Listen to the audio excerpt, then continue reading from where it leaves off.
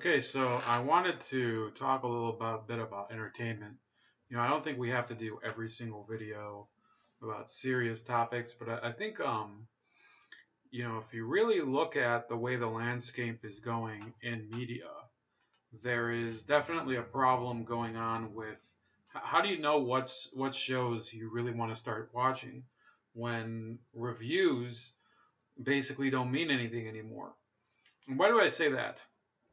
Well, the fact of the matter is that if you look at Michelle Wolf and her performance, I believe it was last month at the White House Correspondents' Dinner, it was almost it was almost unwatchable. I think if you polled the population of the country, there would probably be only, now you can see my review right here, but there would probably be only about 25 to 30% of the country would rate the performance very high. It was very shrill. The jokes sounded very canned. Let's not. I mean, the content. The jokes or whatever. People have opinions about Donald Trump or not. Some people really do hate Donald Trump enough that they totally agree with her opinion. But if you look at the delivery, it was one of the worst comic deliveries I've ever seen. And the idea that people would want to go and see this woman on her show, I thought was just mind boggling. And the problem is that now, thanks to a previous comic, Amy Schumer, who had a special that didn't do well on Netflix, there's almost it's almost impossible to know anymore how good or bad a movie is. First of all, you don't see a lot of people. It used to be that there was a 5-star review system on Netflix. Then everybody who saw her special basically gave it 1 star. First of all, because there were a lot of people who thought, she, they didn't even watch the special. They thought, she's way too political, won't shut up. They just 1-starred her review. But then, if those are just those people, then how come? Where did all the fans go that would have given her more than a 1-star review? Well, they never showed up. The special was one of the worst reviewed Netflix pieces of content ever. So then you get this Michelle Wolf lady who, I think over a year after this Amy Schumer thing, she gets a Netflix show. This is a show that's supposed to be kind of like a late night talk show type one, and I decided, I'll bite the bullet. I'll watch a whole half hour of it, and I'll actually try to give my honest opinion. And the truth of the matter is that it might be one of the dumbest shows that I've ever seen. Now, why do I think it's really dumb? First of all, there was a routine at the very end where she basically tried to tell a bunch of jokes with a saxophonist giving like the punch, they give the drum roll at the end of a joke on traditional shows. So this time they gave like a saxophone riff, and it was like the first of all, it was extremely annoying. It was they used it probably because some of the jokes were about Bill Clinton, and second of all, most of these jokes were, they were bizarrely stupid. One of them was that Bill Clinton, the only crime that he did was that he didn't reciprocate the oral sex with Monica Lewinsky. Now, maybe it would be funny if that was, the real problem is that Bill Clinton and a lot of liberals kind of ignore this whole thing, is that he made her sign an affidavit claiming that she never had sex with him, never had sexual relations. That's perjury. That was the crime that Bill Clinton did, suborning perjury. Okay, so maybe I'm a little too in depth about this, and I'm kind of dissecting the joke too much, but the joke itself was kind of stupid, even and especially given the fact that nowadays Monica Lewinsky claims that the contact was not necessarily consensual. Another issue is that we're talking about a boss relationship with an employee. Okay, that's inappropriate in a workplace setting. I don't care whether it's a Me Too issue or a feminism issue. You're professional ethics say that a boss and an employee are not supposed to be having sexual relations. Now, Michelle Wolf, the other thing that she did was she did this long convoluted piece where she was making fun of the New York Times, how they let literally any ridiculous opinion get into the paper, because apparently Barry Weiss wrote that piece last month about how there was the intellectual dark web and there were more opinions coming into the workplace, and she basically the punchline of it all was that she was telling the New York Times, stop hosting bad opinions. You should be better because you should host only good opinions. Well, you're basically undermining your own point, where since this White House Correspondents' Dinner, Michelle Wolf was saying, well, I don't apologize for anything. I don't have to apologize. I'm a comedian. Well, there's literally no difference in the freedom of speech between a newspaper and a comedian. Okay, a newspaper can post any opinion it wants by law. There's nothing saying that it can't. Now, she could argue that perhaps, um, the purpose of a newspaper is to inform people, whereas the purpose of a comedian is to entertain people. Well, I have to say, when I read some ridiculous thing in the New York Times, it's much more entertaining than listening to stupid routine by Michelle Wolf. And you know what? The whole issue with her is that she claims that her entire deal is to promote the First Amendment. Well, if you want to promote the First Amendment, don't tell other people that their opinions are too bad to be featured in the New York Times. I mean, then, therefore, if the majority of the country were to vote and say Michelle Wolf's opinions are stupid or Michelle Wolf's comedy is retarded, and they don't want you on Netflix, then are you gonna abide by that? Because then they start to complain about audience scores. And I mean, you look at the audience score here. It's 52%. I really have no clue how they got to that number. Um, and I think I have an idea. I saw this one review, and I want more information on this. So I'm not going to say for sure that this is the case, but we'll find it. Let me see here.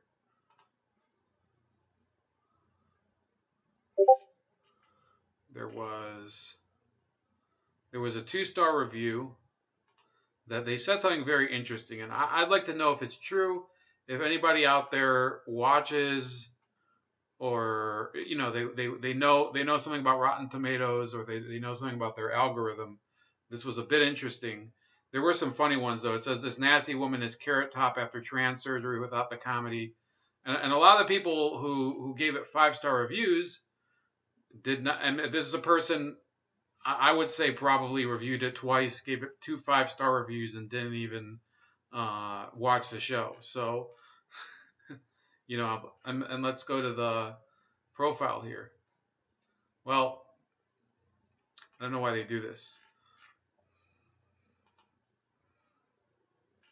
So you have a lot of 5-star reviews where people are, they're not even elaborating on it, or they're giving something very funny. I laughed out loud, and I hardly ever do that watching by myself.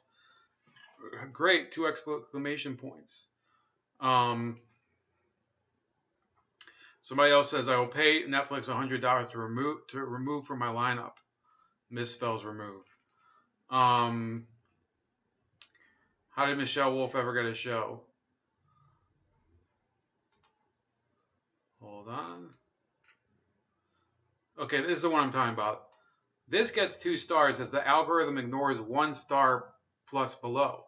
Any inspiring comics out there, contact her agent ASAP, because this woman is so awful and her show so poorly executed and insipid. Any agent who can find Miss Wolf work is worth her weight in 24K gold. The words simply haven't been invented yet to describe how awful this show truly is. I suppose here on in you can rate how bad a show is by how many wolves you get. So this person kind of goes a little overboard with his. I mean, I'm not gonna write a 3-paragraph review on this crap, and I really did hate it. But I guess I am giving a whole video on it. But there's a larger concept in mind. So he's saying this gets 2 stars as the algorithm ignores 1 star or below. So if that's so, then why does Netflix even scale it to 5 stars? Why would you scale the review system to 5 stars if you're gonna basically negate the ones that are 1 star or below? Because there are very few. This is the reason why this this is so highly rated in the audience. It's not even that highly rated. The reason is, if this is true, that everybody who rated it 1 star or less is not even included in the scheme, and those people make up a more significant portion than the 2-star or the 3-star reviews. Therefore, this whole system is bullshit. Okay, you can go through here. There's a lot of people with one here. There's 5 pages of reviews, and the last 3 pages are mostly 1 or half-star reviews. One person says not interested. The fact that they put people who are not interested or want to see it is pathetic. You know, this person gives her no name, but it says she is funny, no doubt about it, but I will never be able to get used to that yelling voice of hers. Oh my God, she does mention it and respect that, but it's hard. It sounds horrible. She needs a voice coach. So there's certainly a lot of people who give her bad reviews, and if that's true, okay, so I'm not going to say authoritatively that it's true, but there's this one, Rotten Tomatoes, why the tomatometer is bad for your health.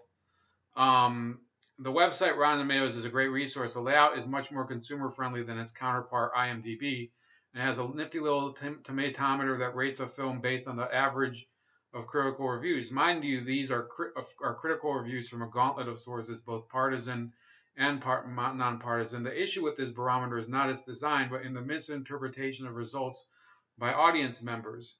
For instance, a movie with a 90% tomatometer score might have an average score of 6.7 out of 10, meaning that 90% in reality is closer to a 67%. A D plus, an A, and an A minus are 2 wildly different grades, which is also why my high school report cards could mysteriously get lost in the mail. When an average RT user sees a 90%, they see a gem. They see an opportunity to go see a movie that they assume is phenomenal. But that's not the fun part. The fun part comes after the credits roll, the lights come on, and the seats all fold back into their upright position. The fun part is logging into Rotten Tomatoes and berating the critics for tricking you, the omniscient center of the universe, into seeing a bad movie. And then, you know, they go through a few, and there's actually a lot of movies that you could make this case. Nothing Comes at Night for you know, there's a lot of these movies that they get 90% reviews and nobody even likes them. It's like, who gives a shit? You know, why should these critics have such a huge? I mean, the critical reviews have proven themselves to be virtually untrustworthy to the greatest degree in determining what the audience tastes are, because for They Come at Night, or whatever, It Comes at Night, they got a great review and nobody liked it. You take Baywatch, got shitty reviews, a lot of people liked it for obvious reasons. You know, people went to see Baywatch probably for, you know, for the sexy actresses. So here's I'll let you guys decide. This is The Break with Michelle Wolf. Hopefully I won't get a strike, but you know, we'll watch a little portion of it, and then you tell me if you think that you know, first of all, on YouTube there's 333 thumbs down, and this is for Netflix's official video on it, but I'll let you watch it.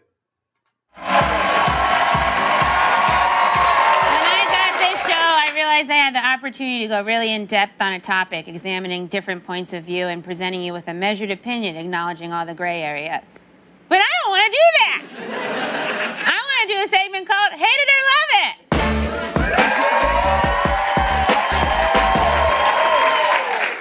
Joining me tonight, please welcome the very funny Hannibal Buress. Hey.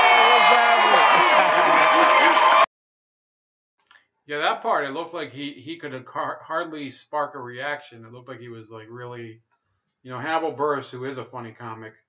It looked like he could hardly get hyped up for this, but let's keep watching.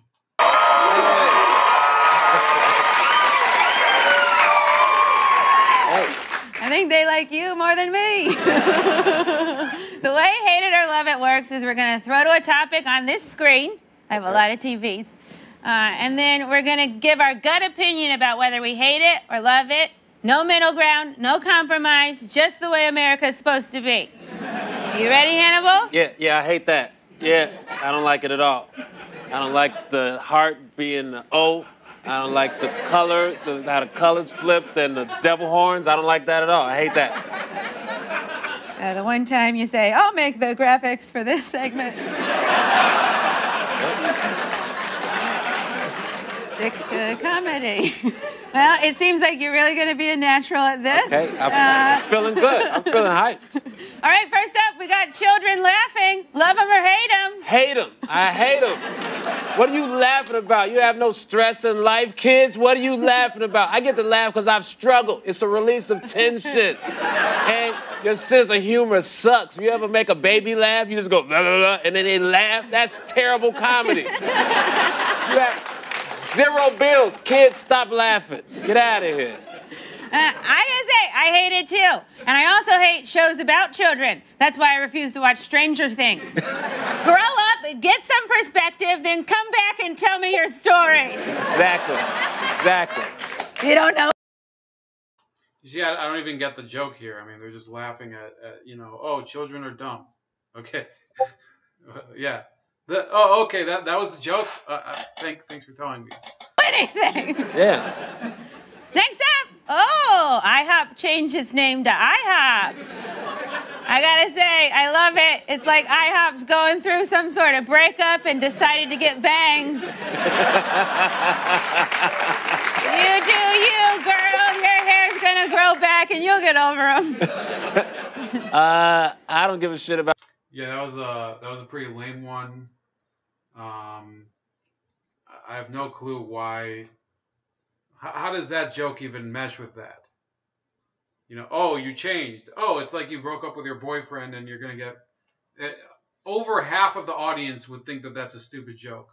It would be men and people who think that, and, women who think that breakup jokes are stupid. And it wasn't even that good of a breakup joke. About anything related to IHOP because I stopped drinking, so I'll never go to an IHOP again. That's the only people that are there. Yeah. And good for you. Thanks. Next, water. Water? I hate it. Why do I have to drink so much goddamn water? I'm supposed to drink a gallon of water every day just to... Do you get that? I mean, the joke is, I hate having to drink so much water. Huh. I like water. That is there a joke there? I like water. I have some right. Actually, there's seltzer water, so it's even worse. Very funny. Laugh, people. That's very. To be a human being, aren't we supposed to be 85% water? Then why can I drown if I'm 85% water? I should be able to just be supported by the water, and the other 15% has to figure the rest out. Too many different types of waters. I want a monopoly with water.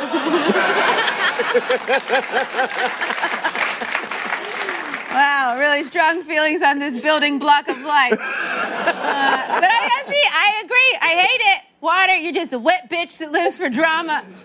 You're like, drink me, swim in me, I'll kill you. I mean, not quite as passionate as yours. Laughing at their own jokes, like really snickering, like I mean, it's not.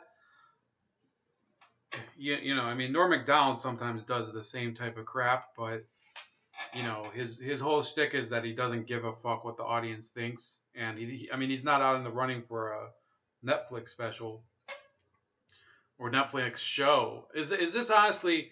Think about it this way.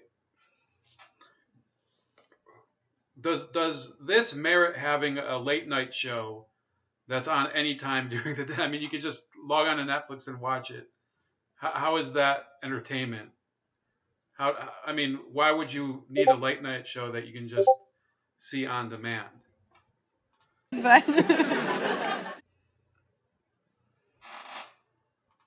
Yeah, so that was it. And I have to say, I was reading through some of these comments here on YouTube, and people were like, "Not for me." And then the same person says, "Why you here?" And then the first commenter says, "Why are any of us here?" Kind of a deep question. I'm trying to inform Netflix of content I like. Why do you ask? And then somebody says, "I'm here for Hannibal. Show still stress." Yeah, Hannibal Buress is a pretty like normal comedian. And then this person the same people keep popping up. It says, "I call bullshit on your big Phoebe Toby making up cheat just to sound like stupid comment you posted that was totally punk slammed by Ruby Call was deliberate and considered rather than just another one of the thoughtless life mistakes." So how come here you go. People are accusing Russians um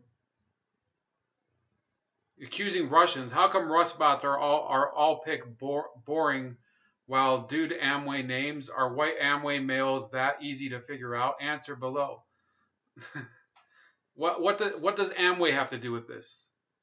What does Amway have to do? So then this is another one. Her voice gives me pain. The same person who commented on the previous comment, Rudy Call, goes here. Why are you here? What do you mean? Why am I? 120 people agreed, by the way. And how many people agreed with her? 3 and 1 at the top. And then this person answers, because I watch Netflix and follow their YouTube, and today I noticed a video pop up. I decided to watch it, and afterwards decided to express to everyone else that might watch this video that the woman in the video has a voice that makes me feel physical pain. So then, then they give like another snappy answer. We're all just random space debris floating through space. And then this person says, here on this video comment section, just don't watch it if it gives you pain, my friend. And then this person says, thank you for that wise advice. But how was I supposed to know the pain I would experience if I haven't watched the video before? And then somebody with the name Jerry Seinfeld says, because she's on the thumbnail, shrugged shoulders. And then this person asks, a lot of the people who are, first of all, these are people I believe are being either paid or they're deliberately screening these comments and trying to like fight with the commenters and attack them.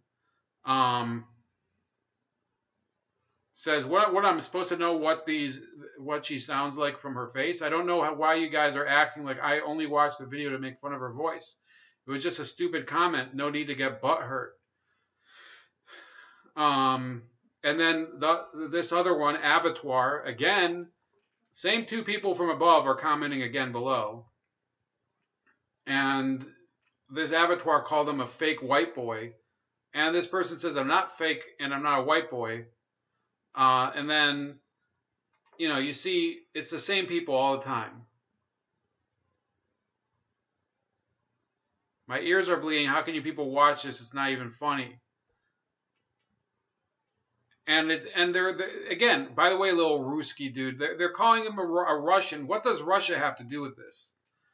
And then this other person, your show, it's a complete garbage as social justice crap.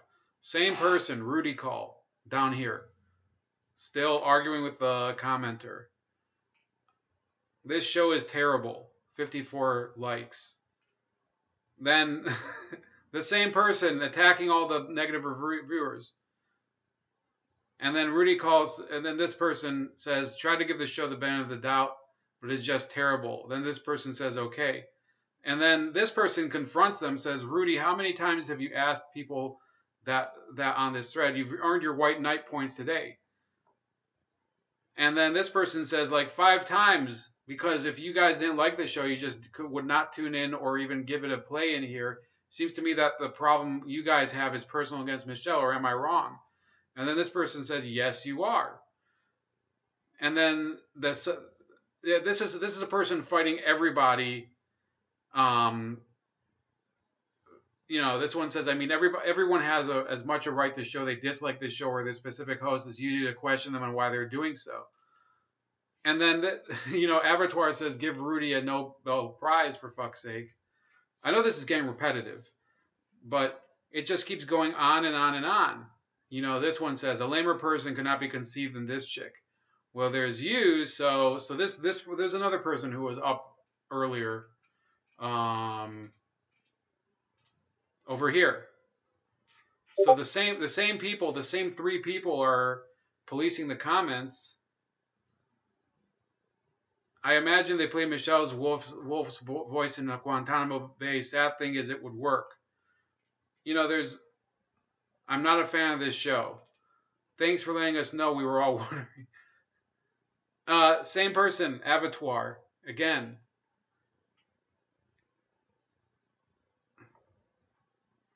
Some person attacks her horrendous voice. You know, you're a shitty person when you're worrying about a person's voice over the content, which is basically almost all of y'all in the comment section. No, if a person's voice is really annoying, then it grates on your psyche. You know, if somebody has a very irritating voice, imagine being married to that person. Imagine it turns people off.